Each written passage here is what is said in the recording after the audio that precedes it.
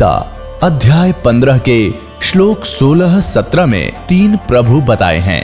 ये 3 प्रभु कौन हैं? किस प्रभु की शरण में जाने के पश्चात जन्म और मरण समाप्त हो सकता है? 3 प्रभुओं में सबसे उत्तम परमात्मा कौन है? कैसा है? उसका क्या नाम है? इन सभी गूढ़ रहस्यों को जानने के लिए अवश्य सुनिए जगत गुरु तत्वदर्शी संत रामपाल जी महाराज के अमृत वचन। हमने सतलोक के अंदर एक भारी भूल करी थी। उस भूल का आज हमें ये जो कष्ट है ये बहुत ही थोड़ा है।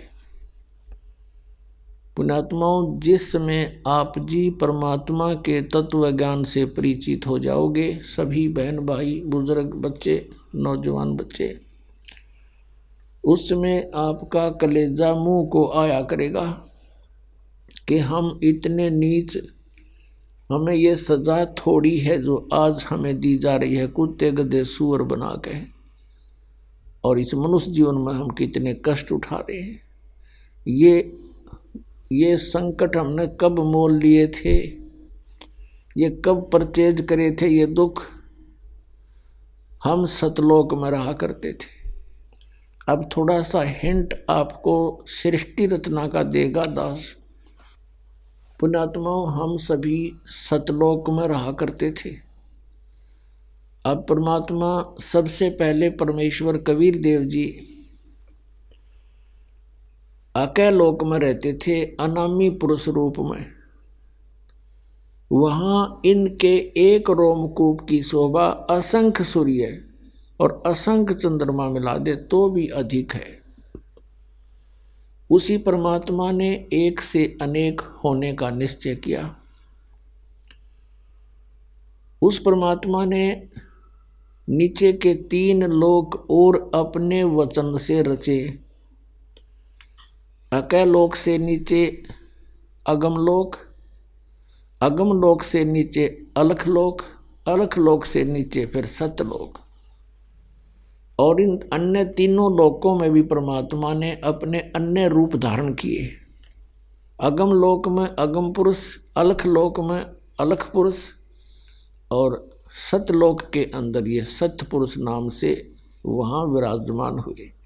अपने आत्माओं, सतलोक के अंदर आकर परमात्मा ने फिर अन्य और रचनाएं की। सबसे पहले उन्होंने एक वचन से 16 द्वीप रचे, और फिर अपने 16 वचनों से 16 पुत्रों की उत्पत्ति की। उनमें से कौन कौन है? सहजदास, जोगजीत, अचिंत, और ये इस प्रकार 16 हैं ये परमात्मा के वहाँ सतलोक में प्रथम प्रगट जो पुत्र हैं। इन 16 के 16 को अलग अलग द्वीपों में रहने का आदेश दे दिया। ये वहाँ रहने लगे। फिर अपने पुत्र अचिंत से कहा प्रभु ने, परमेश्वर ने, सत्य पुरुष कबीर देव ने, कि बेटा तू शेष रचना अब तू कर। अब परमात्मा उनको ये दिखाना चाहता था कि जिसका काम उसी को साजे और करे तो मूर्ख बाजे। अचिंत बड़ा तैयार होया कि जी ठीक है, प्रभुता की भूख बनी थोड़ी सी। तो उसी समय उसने अपने वचन शक्ति से एक पुरुष उत्पन्न किया, उसका नाम अक्षर पुरुष रखा, और अक्षर पुरुष से कहा अचिंत ने कि तू मेरा सहयोग दे सृष्टि रचना में। अक्षर पुरुष जाकर के वहां बने मानसरोवर में, एक अलग से मानसरोवर बना हुआ है, वो भी परमात्मा ने अपने वचन से रचा। उस मानसरोवर के अंदर जाकर के स्नान करने लगा, फिर उसके अंदर गोते लगाने लगा, उसमें निंद्रा आगी, सो गया। काफी समय तक वो बाहर नहीं निकला। तब अचिंत ने परमात्मा से कहा, प्रभु ऐसे ऐसे अक्षर पुरुष निंद्रा में सोया पड़ा है, वो बाहर नहीं आ रहा, आगे रचना मैं कैसे करूं? तब परमात्मा ने कहा, पुत्र तुम कर भी कुछ नहीं सकते और ना ही आगे से ट्राई करना। ये एक उनको ट्रेलर दिखाना था कि तुम्हारे बस का यूं काम है नहीं, कहीं बीच में टांग अड़ान लग जाओ तुम। तब परमात्मा ने उस सरोवर से ही एक जल लिया अपने चुल्लू में और उसमें एक अपने मंत्र से वचन से एक अंडा बना दिया इतना बड़ा। उस अंडे को छोड़ दिया उस सरोवर में। वो गड़गड़ गड़गड़ करता हुआ जब नीचे को गया, अक्सर पुरुष की निंद्रा भंग होगी और उसने एकदम कोप हो गया, क्रोध हुआ कि मैं किसने जगा दिया। आप कोई गहरी नींद सो रहा हो और उसको कोई जगा दे तो उसको बहुत क्रोध आता है, थोड़ा गुस्सा सा आता है। वो अलग बात है कि सामने खड़ा व्यक्ति उससे अगर तगड़ा है तो गुस्सा शांत हो जाता है, नहीं तो कुछ धमका भी सकता है। और जो ही उसने थोड़ा सा क्रोध से देखा कि किसने मुझे निद्रा, किसने भंग कर दी मेरी, उसके वो क्रोध तेज उस अंडे में प्रवेश हो गया। अंडा दो भाग हो गया, उसमें से ये सरपुरुष निकला। सरपुरुष जिसको ज्योति निरंजन भी कहते हैं, आगे चल के ये काल कहाया। तब परमात्मा ने कहा कि तुम दोनों बाहर आओ, सरपुरुष और अक्षर पुरुष। अक्षर पुरुष तो निद्रा में था, तेरे को जगाने के लिए हमने ये सब कुछ करना पड़ा, और बाहर आ जाओ तुम दोनों। वो दोनों बाहर आ गए। उनसे कहा कि जाओ तुम अचिंत के द्वीप में रहो। अब तीन एक द्वीप में रहने लगे, सरपुरुष, अक्षर पुरुष और अचिंत पुरुष। उसके बाद परमात्मा ने अपने वचन से हम सभी आत्माओं को वहां उत्पन्न कर दिया। अपने वचन से, अपने शरीर से, अंदर से निकाल दिया वचन से, और हमें अलग अलग स्थान दे दिया कि तुम रहो यहाँ पर सदा। बाहर वृक्ष, पेड़, मेवा, काजू, सब सेब, संतरे, फल, दूध की नदी, अमृत जल, कभी न खराब होने वाले वहाँ पदार्थ बना दिए। सतलोक से यहाँ एक परमात्मा ने एक सैंपल भेज रखा है, गंगा दरिया का जल। ये कभी खराब नहीं होता। इसके ऊपर रिसर्च करके सर मार लिया वैज्ञानिकों ने, ये कुछ नहीं खोज सके कि ये कैसे है ऐसा। तो ये सतलोक से आया, परमात्मा ने हमें दिखाया कि वहाँ ऐसे पदार्थ हैं सारे, वो कभी खराब नहीं होते किसी भी एटमॉस्फेयर में। वहाँ तो वैसे एटमॉस्फेयर बहुत ही अच्छा है, हम सभी आनंद से रह रहे थे, वहाँ कोई काम नहीं था। और सबके अपनी अपनी संतान, उनको कहा कि तुम अपनी अपने परिवार उत्पन्न कर सकते हो, इतनी उन परमात्मा ने हमें आज्ञा दे दी थी। और हम फिर वहाँ रह रहे थे, अपने अपने अलग से मकान थे। एक एक हंस के पास, एक आत्मा और उसके परिवार के पास, जो परमात्मा ने दया करी उनके ऊपर। इतने बड़े बड़े स्थान हैं जैसे पूरी पृथ्वी पर, उसी में उनके अलग से बाग बगीचे और सरोवर, दूधों की नदियाँ सब भरे पड़े हैं, अमृत। हम वहाँ रहा करते थे। युवा शरीर रहता सतलोक के अंदर, वहाँ जरा मरण नहीं है। जरा माने वृद्ध अवस्था और मरण माने मृत्यु, वहाँ जरा मरण नहीं है। जैसे गीता जी अध्याय नंबर 7 के श्लोक नंबर 29 में गीता ज्ञानदाता कहता है कि जो व्यक्ति जरा और मरण से छूटने का प्रयत्न करते हैं, जरा माने वृद्धावस्था, बुढ़ापा, और मरण माने मृत्यु, वो ते तत्ब्रह्म विदु, वे उस तत्ब्रह्म से परिचित होते हैं, जानते हैं। अखिलम अखिलम अध्यात्म, पूरे अध्यात्म मार्ग से और पूरे सब कर्मों से परिचित हो जाते हैं। वही केवल जरा और मरण से छूटने का प्रयत्न करते हैं। 8वें अध्याय के प्रथम मंत्र में अर्जुन ने पूछा, फिर किम तत् परम प्रभु, वो तत्परम क्या है, अध्यात्म क्या है, सब कर्म क्या है। 8वें अध्याय के 3 श्लोक में गीता ज्ञानदाता ने कहा गीता जी में कि वो परम अक्षर ब्रह्म है, वो गीता ज्ञानदाता से अन्य है। तो वो परम अक्षर ब्रह्म है, सत्य पुरुष कहो, परम अक्षर ब्रह्म कहो। गीता जी अध्याय नंबर 15 के श्लोक नंबर 1 से 4 में और 16 और 17 में ये कंसेप्ट क्लियर कर रखे हैं।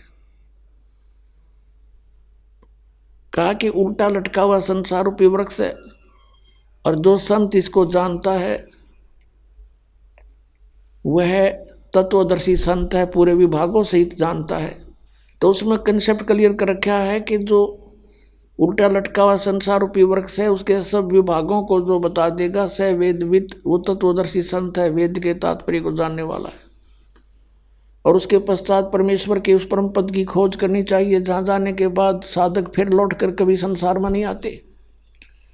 गीता जी अध्याय नंबर 15 के श्लोक 16 और 17 में कहा कि सरपुरुष और अक्षर पुरुष ये दो प्रभु हैं, ये दोनों ही नाशवान हैं। इनके अंतर्गत जितने भी प्राणी हैं वो भी नाशवान हैं, उनकी भी जन्म मृत्यु होती है। और ये सरपुरुष भी और अक्षर पुरुष भी नाशवान है, लेकिन जीव आत्मा किसी की नहीं मरती। 17वें श्लोक में 15वें अध्याय के गीता जी में कहा है कि उत्तम पुरुष है तू अन्य, ये परम अक्षर ब्रह्म की तरफ संकेत है, सतपुरुष की तरफ संकेत है। उत्तम पुरुष तो और ही है इन दोनों से, सरपुरुष और अक्षर पुरुष से, वही तीनों लोकों में प्रवेश करके सबका धारण पोषण करता है, और वही वास्तव में परमात्मा कहता है, और वही वास्तव में विनाशी है। तो यहाँ सरपुरुष और अक्षर पुरुष ये ऐसे परमात्मा ने हमें बताया, ये ऐसे इनकी उत्पत्ति हुई।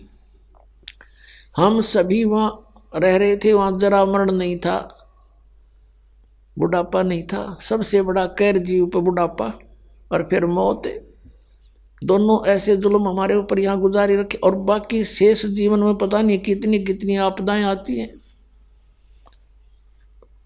अपने आत्माओं सारा जीवन हम जिन बच्चों के पालन पोषण में, जिनके प्यार में, और फिर उनके कोठी और बंगले बनाने में गुजार देते हैं, और फिर मृत्यु होती है, हमसे छीन लिया जाता है। युग क्या एक जीवन यहाँ पर। और वृद्धावस्था में सारी आपदाएं, सभी दुख इसके ऊपर आ जाते हैं। दांत रहे ना, आंखों से दिखे नहीं, कानों से बहरा हो जा, गोड्डे काम करे नहीं, और अस्थि पिंजर शेष रह जाता है, अंतिम सांस गिनता रहता है कब मौत आएगी। तो पुण्यात्माओं, हम वहाँ रहा करते थे, हमने कैसे गलती करी, ये दंत कथा ना समझना पुण्यात्माओं, ये गॉड गिवन ज्ञान है। ये सतपुरुष परमात्मा ने बताया हमारे को आकर, जब हमारी आंखें खुली।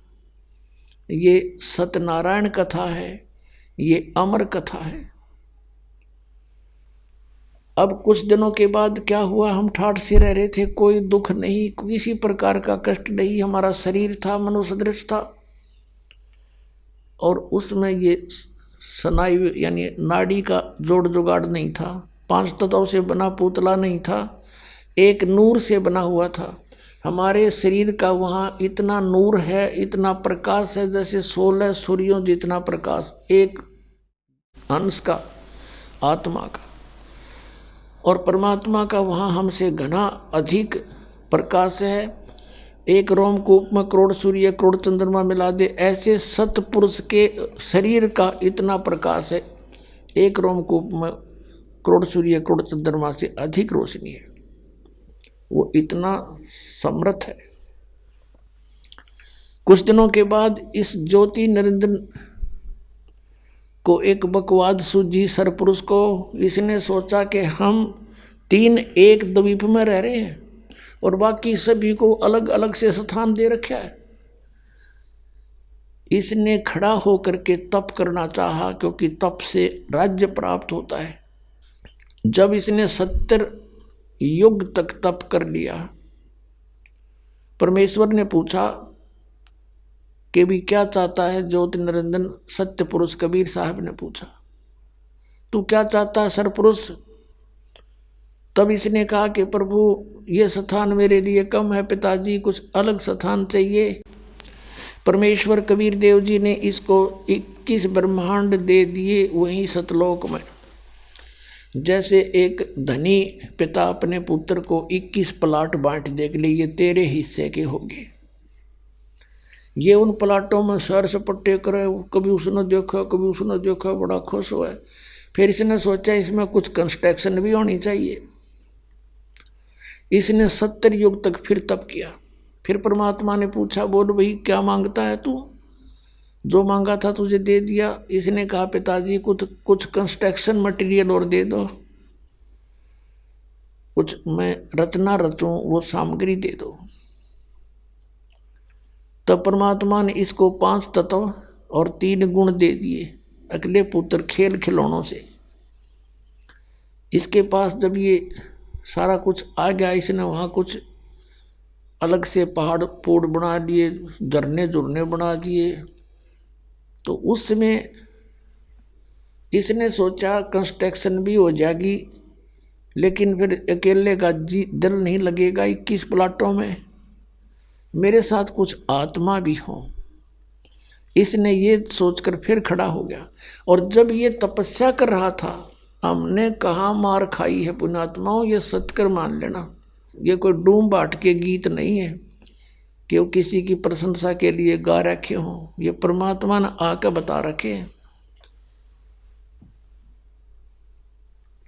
जब ये तपस्या कर रहा था, हम जितनी आत्मा इसके 21 ब्रह्मांड में यहाँ कष्ट पा रहे हैं, ये सभी कीड़ी मकोड़ी, हाथी, जंगल के प्राणी, जल के प्राणी, वायु के प्राणी, या राजा से लेकर रंग देवता, ब्रह्मा विष्णु महेश दुर्गा, ये सभी हम इसकी उस अदा पर आसक्त हो गए। एक पैर पर खड़ा, ओए हो इतने दिन से, कभी उस पैर को रख ले उस पर खड़ा हो जाता है, और ऐसे करबद्ध खड़ा है एक टांग पर। हम इस पर आसक्त हो गए, अपने मालिक से, अपने पिता से मन हटा लिया और इस पर आसक्त हो गए। और इतने आसक्त हो गए कि परमात्मा ने बार बार कहा कि भी किसी की क्रिया की तरफ ध्यान नहीं देना चाहिए, तुम मस्त रहो बच्चों, मत देखो इसकी क्रिया को। लेकिन हम ऊपर से तो सावधान हो गए और अंदर से वो कसक गई नहीं। अब वो तो अंतर्यामी थे। इसने तीसरी बार जब तप किया, 64 युग कर चुका ये, तब परमात्मा ने पूछा कि भी जो तूने मांगा था वो मैंने दे दिया, अब तू क्यों डरे ढो रहा है, अब क्या चाहता है? तब इसने कहा पिताजी मुझे कुछ आत्मा दे दो, मुझे कुछ हंस दे दो, मेरा दिल नहीं लगता। तब इसने कहा भाई तेरा दिल लग रहा था, 3 जने बैठे थे, तना आप बकवाद भाई, और बात सुन ले और मांग ले, तना कुछ प्लाट मांगने हो को ब्रह्मांड तना और बना के दे दूंगा, पर ये आत्मा नहीं दे सकता, ये मेरे अंश हैं, मेरे अंदर से निकले हैं, मेरे बच्चे हैं। अपने आत्माओं, इन बहन बेटियों को पूछकर देखना, जब जो बच्चा जन्म लेता है, बेटा या बेटी, इनको कितना प्यारा लगता है। चाहे किसाई बांगा बोला हो, लूला लंगड़ा हो, काना हो, गूंगा हो, बहरा हो, सीने के लगाए रखते हैं, इतना प्रिय होता है इनको। और उस परमात्मा से हमारा जन्म हुआ है, उनके शरीर से हम बाहर आए हैं, तरीका दूसरा है, प्यार उतना ही है। तो उसको हमसे कितना प्यार है। तो उसमें परमेश्वर ने कहा कि देख भाई बात सुन, ये मेरी आत्मा नहीं दे सकता तुझे किसी भी कीमत पे, किसी भी जप से, तप से, किसी क्रिया से, ये तुझे नहीं मिलेंगी, और मांगते न जो मांगना। फिर परमात्मा को मालूम तो था कि हम बिगड़ चुके हैं। दूध जब फट जाता है, सेब जब खराब हो जाता है, तो टोकरी से उठाकर वो बाहर फेंकना ही पड़ता है, ना औरों को भी खराब करे तो ये सोचकर परमात्मा ने कहा, भाई सुन बात, यदि कोई आत्मा तेरे साथ स्व इच्छा से जाना चाहता है तो नो ऑब्जेक्शन, मुझे कोई ऐतराज नहीं, पूछ ले उनसे। अब वो हमारे पास आया और हम तो पहले इसके ऊपर आसक्त हो रहे थे। जैसे पुण्यात्माओं, आज हमारे अंदर यही प्रेरणा है और यही जो कि तू ये प्रवृत्ति हमारी आज है। जैसे कोई हीरो या हीरोइन, अभिनेता या अभिनेत्री, वो अपने पेट के लिए, अपने धन कमाने के लिए चटक मटक करते हैं। वो तो कमावे धन, और ये युवा बालक उनके ऊपर आसक्त हो जाए, इन्होंने ये मेरा फेवरेट हीरो है, ये मेरी फेवरेट हीरोइन है, और उन्हें टिंडा मिल रहा को नहीं, उनसे कुछ लेना एक ने देने दो, बेमतलब बकवाद करे। अब जैसे यहाँ कोई बरवाला में आ जावे हीरो या हीरोइन, देखो इन नौजवान बच्चों की, देखो लाइन लग जाएगी, वो खड़ा 1 किलोमीटर दूर तो दिखेगा उन्हें स्टेज पे बकवाद करते हुए, और कहोगे वो खड़ा वो खड़ी, और सारा दिन धक्के खा के फाँक के दौड़ उल्टे आ जा, बता के मिल रहा उनसे। वो अपनी रोजी रोटी कमा रहे, हर ये उसके ऊपर नो आसक्त हो रहे, बस क्या बात कही। तो ये बुराई हमारे वहाँ से लगी थी। हमने अपने पिता को भुला दिया जो सारे सुख दे रहा था, कोई कष्ट नहीं था, और हम इसने चाहने लगे नकली को। हम ये सोच लो अपने मालिक से उल्टे हट गए, अपने पति से। हम पति भर्ता पद से गिर गए और हमने यूं खत्म कर लिया ज्योत निरंजन, हम इसको चाहने लगे। तब परमात्मा ने कहा, ठीक है भाई, जा तू पूछ ले उनसे। ये हमारे पास आया, हम तो पहले ही चा चढ़ रहा था इसका। इसने कहा कि मैंने पिताजी से ऐसे ऐसे 21 ब्रह्मांड लिए हैं और मटेरियल ले लिया है, वो ये बनाऊंगा, ऐसे ऐसे झरने रचूंगा, बाग बगीचे लगाऊंगा, तुम चलोगे हमारे साथ? हम तो तैयार थे, हमने कहा यदि पिताजी आज्ञा दे देंगे तो हम तैयार हैं। ज्योत निरंजन हमारे पिताजी के पास गए, सतपुरुष के पास गए, पिताजी कुछ आत्माएं मेरे साथ चलने को तैयार हैं। परमेश्वर ने कहा भी ऐसे नहीं, मेरे सामने स्वीकृति दिलवा दे, फिर मैं अलाउड कर दूंगा। उसने कहा था कि वो आपकी स्वीकृति चाहते हैं, कुछ जाने को तैयार हैं। तो परमात्मा ने कहा कबीर साहब जी ने कि मेरे सामने स्वीकृति दिलवा दे, मैं तब कह दूंगा, अलाउड कर दूंगा। दोनों आगे हमारे पास। अब हम देखकर सामने पिता को नीची गर्दन कर ली। परमेश्वर ने पूछा भी कौन कौन इसके साथ जाना चाहते हैं इसके लोक में, हाथ खड़ा कर लो। अब हमने एकदम सन्नाटा छा गया, शर्मा गए, सबको शर्म आई। अब कैसे अपने पिता के सामने कहे? इन्होंने मना कर रखा था कि तुम इसकी ओर मत देखो। हमारे अंदर ये छल कपट भी वहीं से विद्यमान हुआ था और हम उस पवित्र लोक में रहने योग्य रहे नहीं थे। तब परमात्मा ने कहा भी बोलते क्यों नहीं तुम? ज्योति निरंजन तू तो कह रहा था कि कुछ तैयार है, तो कोई बोलता ही नहीं। तब हमने सोची कदे बात बिगड़ जा और हम यहीं रह जाएं। तो सबसे पहले एक हंस खड़ा हुआ और उसने कहा कि जी मैं जाना चाहता हूँ पिताजी के साथ में। सबसे पहले खड़ा हुआ। फिर हमने सोची कदे हम पीछे रह जाए, हम भी खड़े हो गए, दोनों हाथ कर दिए, केक की छोड़ दोनों, पूरे जितने यहाँ पर हम आए पड़े हैं।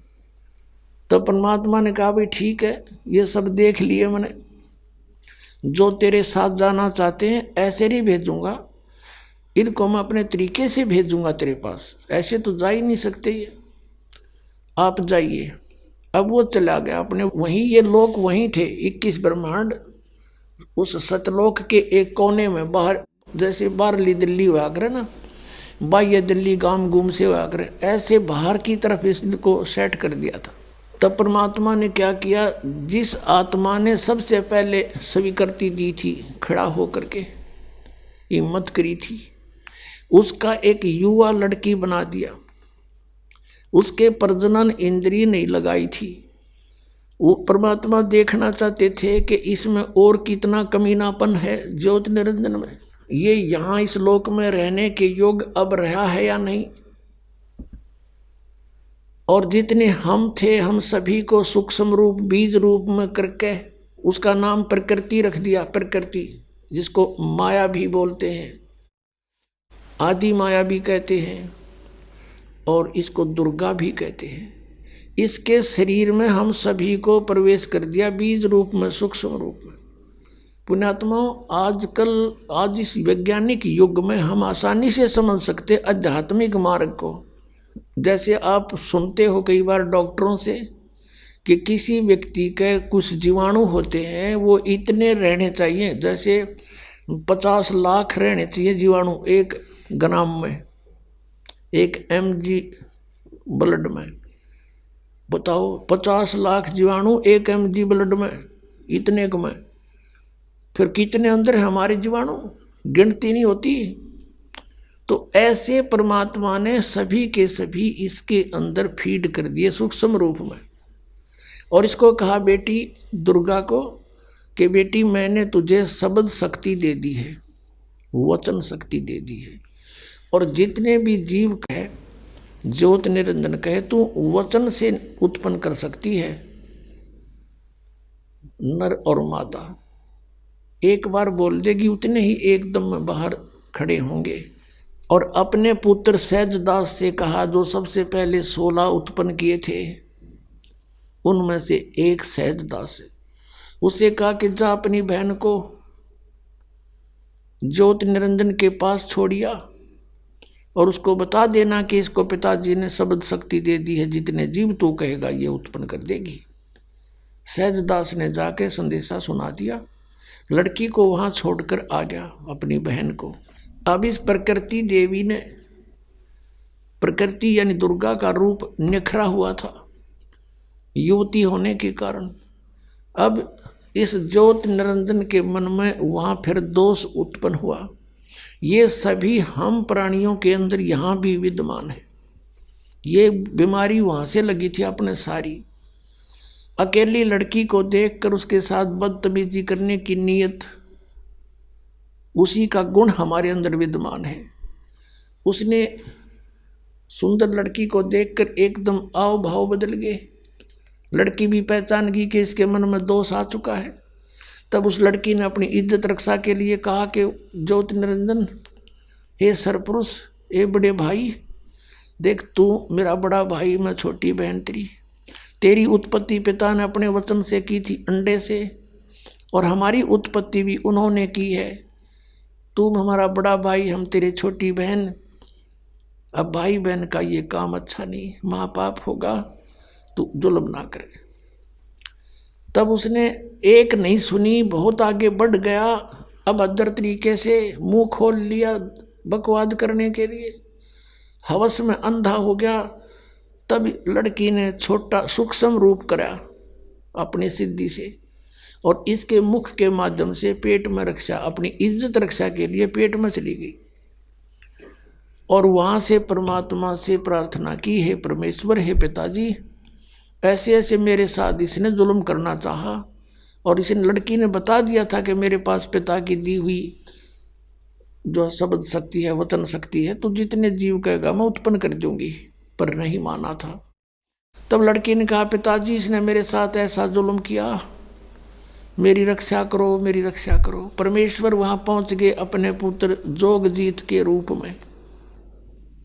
परमात्मा कहते, सो छल छिद्र मैं करूं अपने धन के काज। और वहां आकर कहने लगा, अरे ज्योति निरंजन, तू सुन ले आदेश परम पिता का, तूने बहुत जुल्म किया यहाँ पर, अब तू इस लोक में रहने योग्य नहीं है। तूने इस पवित्र लोक में ऐसा जुल्म करने की सोची, लड़की को उसके पेट से निकाल दिया, पेट पाड़ के इसका, और फिर सी दिया उल्टा। शब्द में बहुत बड़ी शक्ति होती है पुण्यात्माओं। अब तो हम आध्यात्मिक मार्ग में कति -0 हो गए, हमारा अविश्वास हो जाता है इन बातों पर। लड़की बाहर निकाल दी और उसको कह दिया कि ज्योति निरंजन अब सुन ले आदेश परमपिता का। वो खुद ही बोल रहे थे, परमपिता खड़े ही थे।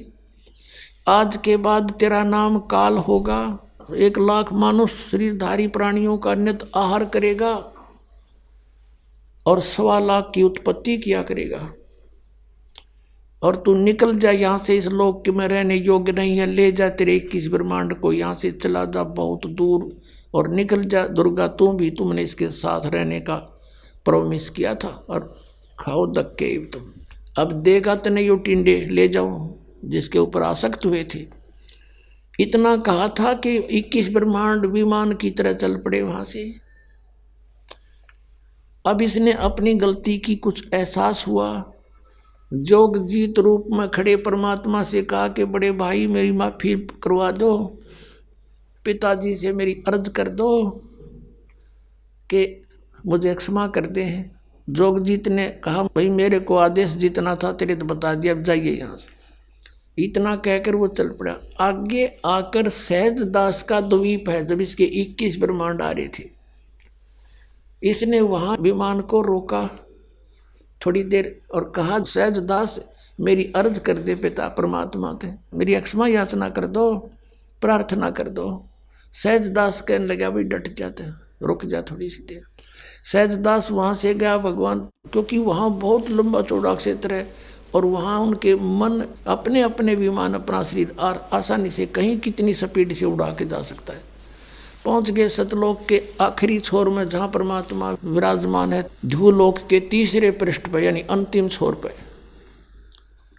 और कहा कि आपका एक दास एक अर्ज लेकर आया है। बोल पुत्र क्या बात है? परमात्मा बोले कि आपका एक नौकर वो ज्योत निरंजन आप वहाँ खड़ा है 21 ब्रह्मांड लिए, उसके लिए क्या आदेश है पिताजी? मैं ये आदेश ले आया हूँ।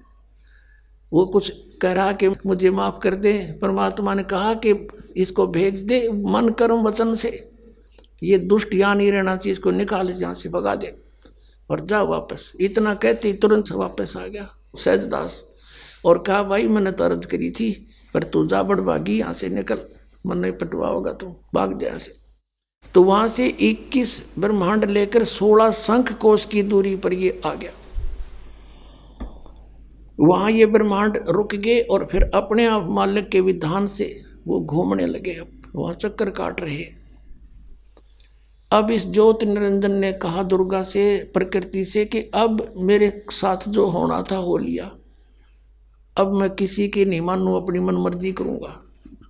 फिर उसने वही ट्राई की बकवाद करने की। दुर्गा ने फिर प्रार्थना की, भाई बात सुन ले, पहले तो तू मेरा बड़ा भाई, मैं छोटी बहन तेरी, और फिर मैं तेरे पेट से बाहर आई, तेरी बेटी होगी, कुछ तो लज्जा रख नालायक, कुछ तो सोच ले। पर इसने एक नहीं मानी, नख रेखा से भग कर ली डा, नाखनों से इसके अंदर स्त्री इंद्री लगाई और इससे विवाह किया।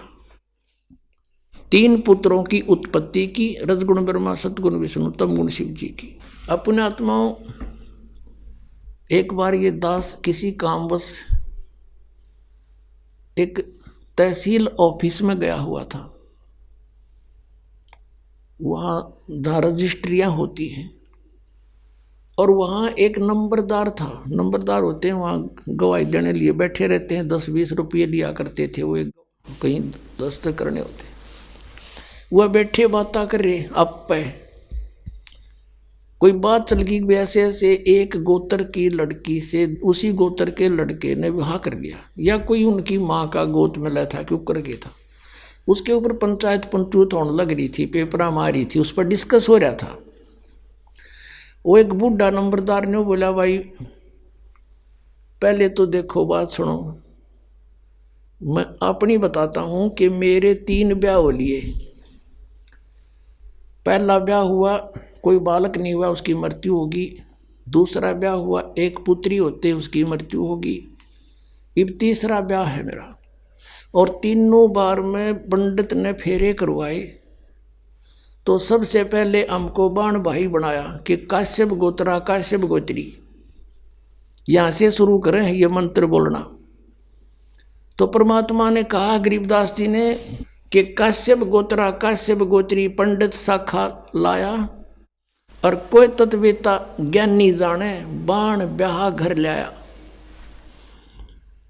अब ये है वो काश्यप गोत्र और काश्यप गोत्री जो बाण ने ब्याह के ला रहा युग काल, और उससे हमारी उत्पत्ति हुई है।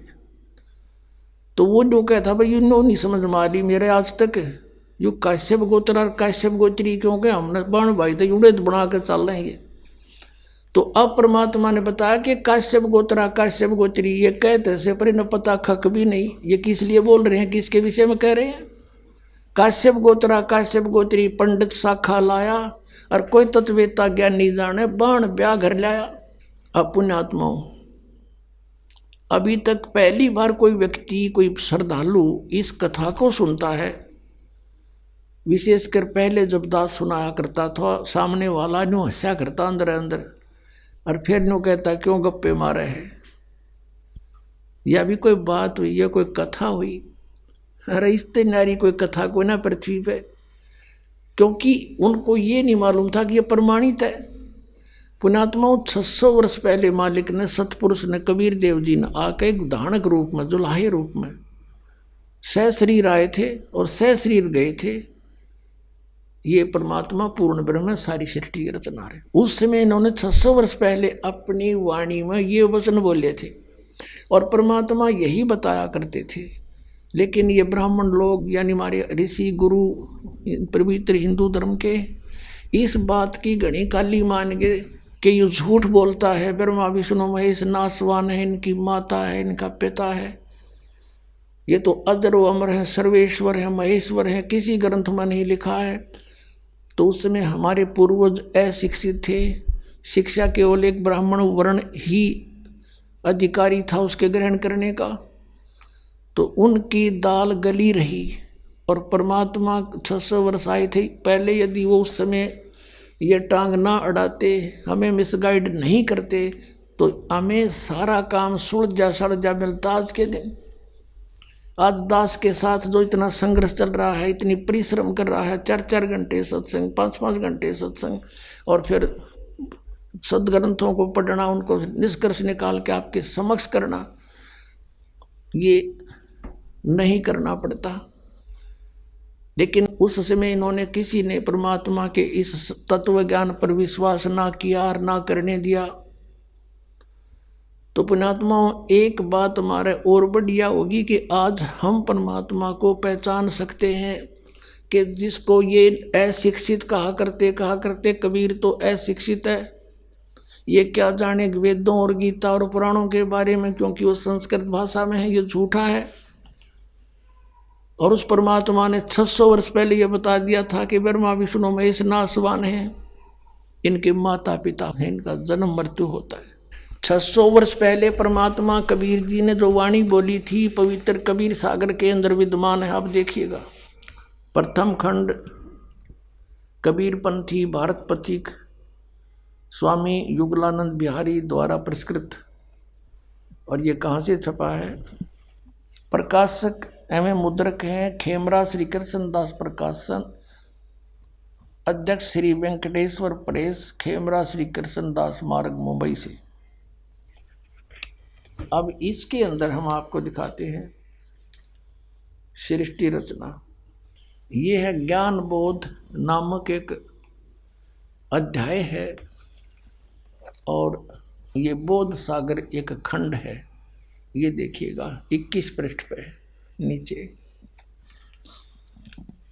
परमात्मा ने 600 वर्ष पहले अपनी प्यारी आत्मा धर्मदास को ये ज्ञान दिया था। धर्मदास ये जग बोरा ना, कोई न जाने पद निर्वाणा, यही कारण मैं कथा पसारा, जग से कहिए वो राम नियारा। ये नाम नहीं है, ये गलत लिखा है कबीर पंथियों ने। ये बाद में संशोधन में इन्होंने अपने हिसाब से कुछ गड़बड़ी कर रखी है।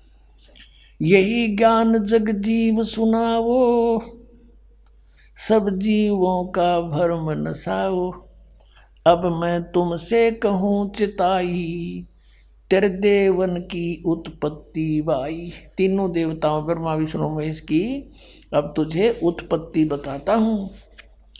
कुछ संक्षेप कहूँ गहुराई, सब संशय तुमरे मिट जाई। भरम गए जग वेद पुराना, आदि राम का भेद न जाना। ये नाम गलत लिखा है, राम है, आगे चलकर क्लियर होगा। यो राम राम सब जगत बखाने, आदि राम कोई बिरला जाने। ये राम है शब्द है, गलत लिखा है कि सभी राम राम कहते हैं, उस आदि राम सनातन परमात्मा को कोई बिरला ही जानता। ये राम शब्द है, नाम नहीं। इन संशोधनकर्ताओं ने अपनी अज्ञान सोच से कुछ इसमें गड़बड़ी कर रखी है, वही हम शुद्ध कर लेंगे। राम राम सब जगत बखाने, आदि राम कोई बिरला जाने। ज्ञानी सुने सो हृदय लगाई, मूर्ख सुने तो गम ना पाई। माँ अष्टंगी पिता निरंजन, ये जम दारुण वंशन अंजन। इन पर माँ विष्णु महेश की माता तो अष्टंगी दुर्गा है, इनका पिता ज्योत निरंजन है। पहले कीन निरंजन राई, पीछे से माया उपजाई। कहते पहले तो ज्योत निरंजन को उत्पन्न किया इस काल को अंडे से, और पीछे से दुर्गा की उत्पत्ति की। माया रूप देख अति शोभा, यो देव निरंजन तन मन लोभा। दुर्गा के सुंदर रूप को देखकर इसके मन में दोष आ गया। कामदेव धर्मराय सताए, देवी को तुरंत धर खाए। पेट से देवी करी पुकारी, हे साहेब मोहे करो उबारी। पेट से दुर्गा ने पुकार करी। टेर सुनी सतगुरता आए, अष्टंगी को बंद छुड़वाए। परमात्मा कहते हैं कि टेर सुनी तहाँ हम आए, यहाँ इन्होंने अपने हिसाब से लिख दिया, सतगुरु तहाँ आए, अष्टंगी के बंद छुड़वाए, यानी उसके पेट से निकाले बंधन से। अब 22 पृष्ठ पर ज्ञान बोध। धर्मराय को हिकमत की ना, नख रेखा से भग कर लेना। नाखनों से स्त्री इंद्री लगा बना दी। धर्मराय करे भोग विलासा, माया को रही तब आशा। ये दुर्गा प्रेग्नेंट हुई। 3 पुत्र अष्टंगी जाए, ब्रह्मा विष्णु शिव नाम धराए। 3 देव विस्तार चलावे, इनमें यो जग धोखा खावे। पुरुष गम कैसे के पावे, काल निरंजन जग भरमावे। 3 लोक अपने सुत दीना, सुन निरंजन बासालीना। अलख निरंजन सुन ठिकाना, ब्रह्मा विष्णु शिव वेद न जाना। आज तक ब्रह्मा विष्णु महेश को नहीं पता हमारा पिता कौन है। 3 देव सो उसको ध्यावे, निरंजन का वो पार न पावे। ये तीनों देवता ब्रह्मा विष्णु महेश कहते आज तक उसी की खोज में लग रहे, न वो भी ना पा लिया। सतलोक तो बहुत दूर की बात है। अलख निरंजन बड़ा बटपारा, बटपारा माने ठग, धोखेबाज है ये। और 3 लोग जीव कीन आहारा, तीनों लोग के जीवों को खा रहा है। पाताल लोक, स्वर्ग लोक, पृथ्वी लोक। ब्रह्मा विष्णु शिव नहीं बचाए, सकल खाए पुन धूल उड़ाए। ब्रह्मा विष्णु महेश को भी खाता है, इनकी भी जन्म मृत्यु होती है। तिनके सुत हैं तीनों देवा, अंदर जीव करते हैं सेवा। कहते हैं इन दुर्गा और काल के 3 पुत्र हैं, और ये तत्व ज्ञानहीन प्राणी इनने की पूजा करते हैं, काल की पूजा करते हैं। ये अकाल पुरुष का हो नहीं चीन्या, काल पाए सभी गए लीना। 3 देव और असुर अवतारा, ताको बजे सकल संसारा।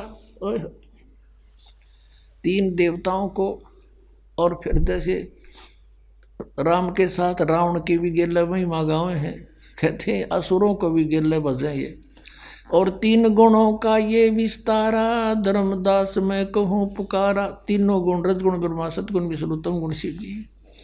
गुण तीनों की भक्ति में ये भूल पड़ो संसार, कहे कबीर निज नाम बिन कैसे उतरो पार। 3 देव की करते भक्ति, उनकी कदे ना होए मुक्ति। अपने आत्माओं, परमात्मा ने 600 वर्ष पहले आकर यह अपने द्वारा रची हुई सृष्टि एज इट इज बता दी थी। और ये हमारे सदग्रंथों में भी, क्योंकि परमात्मा कबीर जी ने सतयुग में सबसे प्रथम आते हैं, सतयुग में उस सतयुग के अंदर आके ब्रह्मा को मिले, ब्रह्मा जी से भी ज्ञान सुनाया। ब्रह्मा जी ने बहुत अच्छी तरह ज्ञान को समझा, प्रथम मंत्र भी ग्रहण किया, उनको केवल एक मंत्र दिया, ओम मंत्र, क्योंकि वेद पढ़ा करता दूसरा सुने नहीं। और फिर ने सोचा था परमात्मा ने, जो ये थोड़ी बहुत मेरी बात को सुहावेंगे तो फिर सतनाम दूंगा इनको, और फिर ये ले चलूंगा सबको उल्टा। और फिर ये शिव जी के पास गए, शिव को परमात्मा ने मंत्र दिया, उसको ज्ञान सुना उन्होंने। फिर विष्णु जी के पास गए, वहाँ भी उन्होंने ज्ञान सुनाया, वो भी अच्छी आत्मा थी सभी, और सुना अच्छी तरह कि कोई महापुरुष है। फिर उसके बाद परमात्मा ने सोचा फिर कभी जाऊंगा, अगर इनकी रुचि होगी तो सही नाम दूंगा भी, तो उनको दूसरे मंत्र देकर आया परमात्मा। पीछे से काल निरंजन ने सोचा कि तेरे पुत्र गए, ये चले गए तो सारे जीव वापस हो जाएंगे, तभी उन्हें अंदर से प्रेरणा कर दी है, सारे मोट दबा दिया कि ये झूठा है, कपटी है, इसके पास कोई ज्ञान नहीं है, वेद सत्य है, तुम इन्हीं को मानो मत मानो उसकी। दूसरी बार परमात्मा गए तो उन्होंने अरुचि दिखाई तीनों ने, तो जान गए परमात्मा कि काल आ गया इनकी बुद्धि में, अब इनकी बुद्धि में काल आ गया, अब ये नहीं मानेंगे। अब वो परमात्मा से सुना हुआ ज्ञान और कुछ अपना अनुभव ब्रह्मा जी ने फिर अन्य को सुनाना शुरू किया। अब वो पुराणों में विद्यमान है, आपको दिखाते हैं। अब केवल यदि हम कबीर सागर से ही आपको संतुष्ट करते तो कोई नहीं मानता, न के छोड़ इन बातों में, ये तो वैसे तुक्के मारे। और अब पुराणों में विद्यमान है सारा ज्ञान। अब बुद्धिमान हिंदू समाज के बच्चे सारे शिक्षित हो गए, अब इनको यूँ स्वीकार करना पड़ा। अब सचमुच जो पुराणों में लिखा, और 600 वर्ष पहले भगवान बता गए, वो जो का तुम आज पुराणों में लिखा, जिसको ये अशिक्षित कहते थे।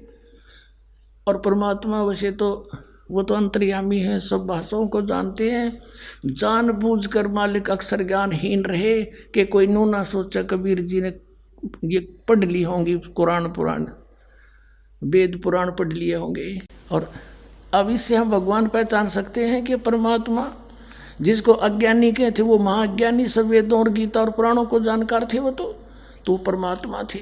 और ये संस्कृत के ज्ञाता महामंडलेश्वर विद्वान को वहाँ थे, इन्हें कख भी ना पता हमारे सिलेबस का, हमारे सदग्रंथों का पता नहीं। अब आपको दिखाते हैं, सबसे पहले देवी भागवत दिखाते हैं। अब देखिएगा, श्रीमद् देवी भागवत यानी देवी पुराण, गीता प्रेस गोरखपुर से प्रकाशित है। ये संपादक है हनुमान प्रसाद पोदार, चिमनलाल गोस्वामी।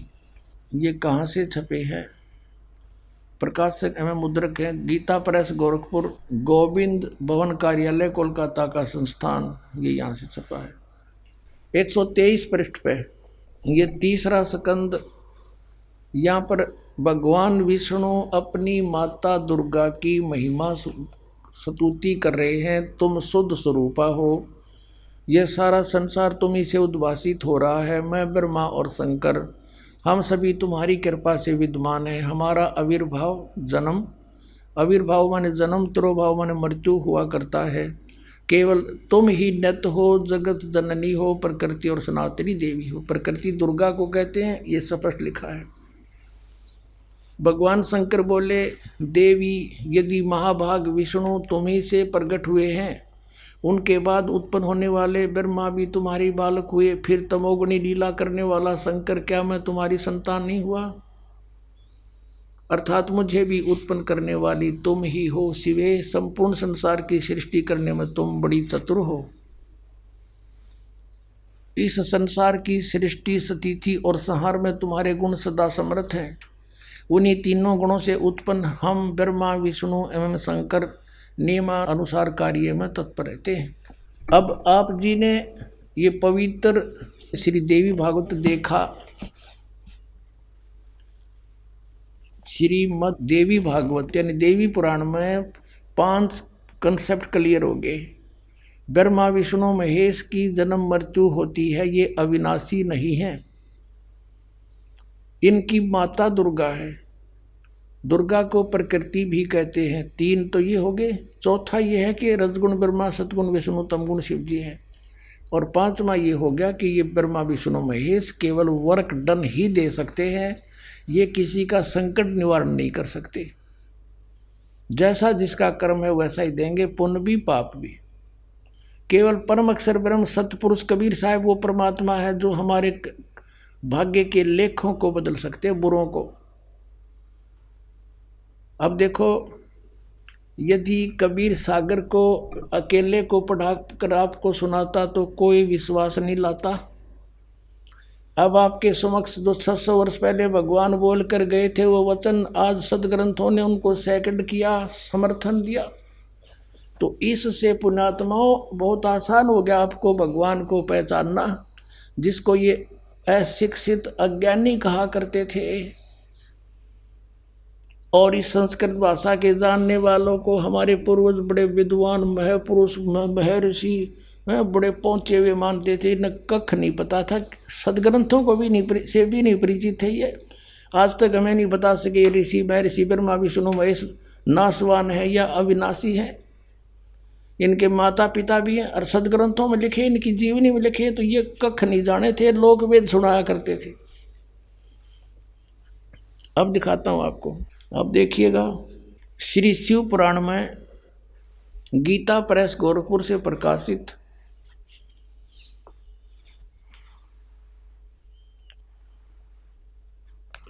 ये इसका संपादक कौन है?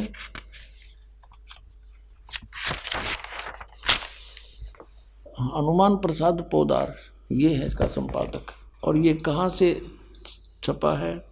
प्रकाशक एवं मुद्रक हैं गीता प्रेस गोरखपुर, गोविंद भवन कार्यालय कोलकाता का संस्थान। ये इनके फैक्स और फ़ोन नंबर है। अब इसके 98वें पृष्ठ से हम आपको सुनाएंगे। थोड़े से ही लेख में कंसेप्ट क्लियर हो जाएगा। ये रुद्र संहिता और ये 5वां अध्याय यहाँ अंत होता है। इसके लास्ट से लेंगे, इससे लिंक बन जाता है। अपने पुत्र नारद की यह बात सुनकर लोक पिता ब्रह्मा वहाँ इस प्रकार बोले। ब्रह्मा जी ने कहा, ब्रह्मन, ये 6वां अध्याय है रुद्र संहिता का शिव पुराण में। आइए अब हम उन श्रद्धालुओं के अनुभव जानते हैं जो जगत गुरु तत्वदर्शी संत रामपाल जी महाराज जी से दीक्षा प्राप्त कर चुके हैं तथा उनके द्वारा बताए गए भक्ति मार्ग पर चल रहे हैं। नमस्कार सर। सत साहेब जी। सर, क्या नाम है आपका? राजेंद्र जी। राजेंद्र जी, आप कहाँ से हैं? गाँव बस्ताड़ा, जिला करनाल, तहसील गरोंडा से जी, हरियाणा से जी। सर, संत रामपाल जी महाराज से नाम दीक्षा आपने कब ली? 11/7/2010 को जी। सर, संत रामपाल जी महाराज से नाम दीक्षा लेने से पहले क्या आप कोई भक्ति साधना भी करते थे? हाँ जी सर जी, करते थे जी। ये ब्रह्मा विष्णु में इसकी माता मसाणी देवी पुत्र सभी की पूजा करते थे जी। तो फिर आप संत रामपाल जी महाराज की शरण में कैसे आए? जो मेरा रिश्तेदार है जी पे, वैसे मेरे से 1 साल पहले नाम लिया था उन्होंने। मैंने 10 में लिया, उन्होंने 9 में लिया था जी। तो वो बोले भाई इस तरह सारा को धक्का खा लिए तो इस गुड़िया को मेरे साथ भेज दे। मैंने हुआ गुड़िया उनके साथ भेज दी। तो गुड़िया का जाने के बाद उसका ऐसा कुछ नहीं जी, बिल्कुल साफ हो गया जी। अच्छा, फिर मेरे को बोला भाई तू भी नाम दीक्षा ले ले।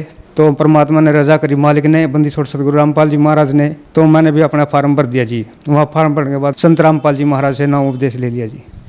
सर, संत रामपाल जी महाराज से नाम दीक्षा लेने के बाद आपको क्या क्या लाभ हुए? जो मेरे वाली गुड़िया है जी, जिसके पेट से मांस कट कर पड़ा था जी, वो बहुत ज़्यादा परेशान थी जी। मैंने जितने भी जितेंद्रा अस्पताल है जी, जगदम्बा जी, करनाल, जितने भी छोटे मोटे अस्पताल है, सियाने सप्टे, सभी को धक्के खा लिए थे जी। तो कहीं से आराम नहीं होया जी। तो जो मेरा रिश्तेदार है रामफल भगत जी पेवा से, वो बोला भाई तू सारे धक्के खा लिए, इस गुड़िया को मेरे साथ भेज दे और वहाँ भेज के देख ले। तो मैंने गुड़िया उसके साथ भेज दी। भेजने के बाद वो गुड़िया ऐसे मालिक संत रामपाल जी महाराज के दया से एक ही बार गई थी। तो उसका ऐसा होया तक जो पेट में मांस कट कर पड़ा था लैट्रिन के बाद, बट मांस कट का पड़ा था जी, वो बिल्कुल मालिक की दया संत रामपाल जी महाराज के दया से बिल्कुल साफ हो गया जी। और मेरा जो छोटा वाला लड़का है 10-12 साल का है जी, वो सांस बोल बोल के पड़ा रहा था जी। उसको उन्होंने पता था कहाँ पड़ा कहाँ नहीं पड़ा जी। और आज वो संत रामपाल जी महाराज की दया से बिल्कुल ठीक है जी। और मेरा जो एलर्जी थी, मैं राजमिस्त्री का काम करता हूँ, मेरा एलर्जी थी जी। मैं डॉक्टर के पास जाता, मेरे ऐसे हाथ कर देता तो ऐसे बिल्कुल पानी पड़ा कर रहता भगत जी। और मैंने भी सरकोडी कॉलोनी में मित्तल चर्म रोग में नरेला बुआना जी, वहाँ को सारा को तक खाली कहीं से आराम नहीं हुआ जी। संत रामपाल जी महाराज से नाम दीक्षा ली तब से ठीक हूँ जी। और एक मैस ब्याने लगी थी जी, 12 बज गए थे, उसको वो ब्याही नहीं थी तो डॉक्टर ने बुला के उसका कटलू निकाल दिया। कटलू निकालने के बाद तो पड़ोसी आसपास के लोग बोलने लगे भी माता का दर्द है, देही का दर्द है, पितर का दर्द है, किसी का दर्द, मैं किसी का कुछ दर्द दूंगा, मैं अपने संत रामपाल जी महाराज के जो नियम है उन्हीं पर अटल रहूँगा और उन्हीं के से वो करूँगा जी। तो मैं दूध नहीं देवे थे जी, संत रामपाल जी महाराज से प्रार्थना लगाई और संत रामपाल जी महाराज की दया से आज वो मैस ने दूध दिया और अगले ब्यात में 25,000 रुपये बेच दीजिए। बड़े वाला लड़का है, उसको 1 महीने से परेशान था वो, और न तो कुछ खावे था न कुछ पीवे था, तो बिल्कुल बीमार पतला दुबला हो गया। और मैं आश्रम में चला गया, संत रामपाल जी महाराज के आश्रम में गया जी। और वहाँ मैंने संत रामपाल जी महाराज से प्रार्थना लगाई। मैं बोले मालिक प्रार्थना, मालिक गुरुदेव प्रार्थना।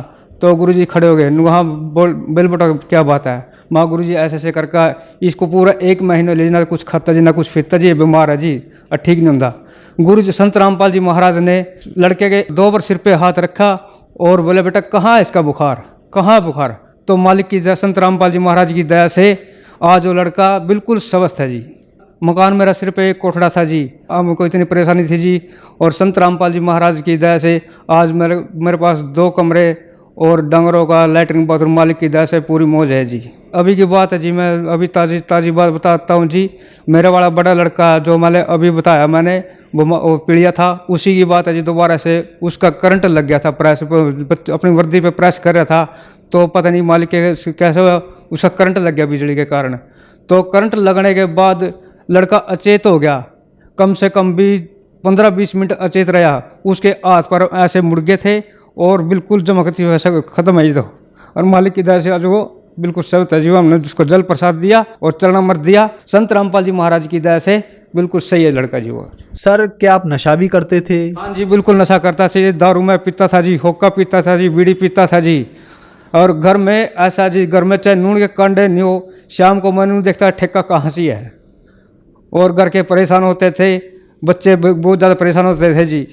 सर संत रामपाल जी महाराज से नाम दीक्षा लेने के बाद क्या आपका नशा छूट गया? हाँ जी, बिल्कुल छूटा जी। संत रामपाल जी महाराज के जो मंत्र दिए हैं जी, उनके मंत्रों से जी बिल्कुल नशा छूट गया जी। सर जो श्रद्धालु आज आपको देख रहे हैं उनके लिए आप क्या कहना चाहेंगे? संदेश तो संत रामपाल जी महाराज ही दे सकते हैं, हम तो केवल प्रार्थना ही कर सकते हैं जी। जो श्रद्धालु इस दास को देख रहे हैं वो कृपा करके साधना चैनल पे जो सत्संग आता है उस सत्संग को सुने और संत रामपाल जी महाराज से नाम उपदेश लेके अपना कल्याण करवाएं। संत रामपाल जी महाराज से नाम उपदेश कैसे ले सकते हैं? संत रामपाल जी महाराज की दया से चैनल पे सत्संग आता है और उसके नीचे एक पीली पट्टी आती है, उनसे नंबर कांटेक्ट करके और अपना नाम दाम लेकर अपना कल्याण करवाएं। धन्यवाद सर। सत साहिब जी।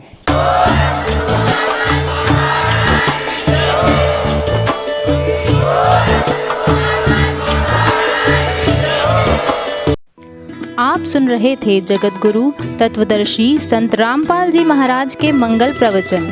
अधिक जानकारी के लिए संपर्क करें